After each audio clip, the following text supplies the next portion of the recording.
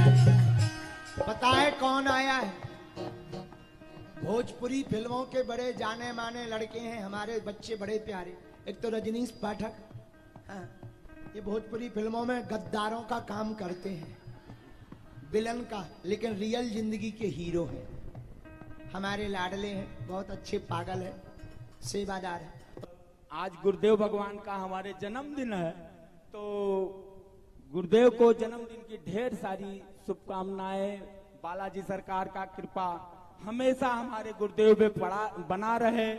हमारी उम्र भी हमारे गुरुदेव को मिल जाए, लग जाए, क्योंकि गुरुदेव हैं तो हम सब हैं, और गुरुदेव बिना पूरा जीवन अधूरा है।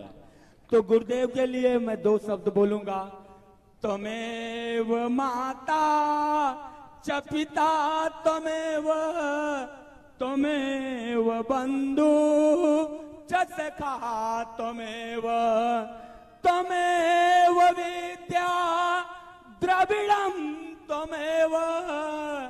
त्वमेव सर्वं मम देव देव।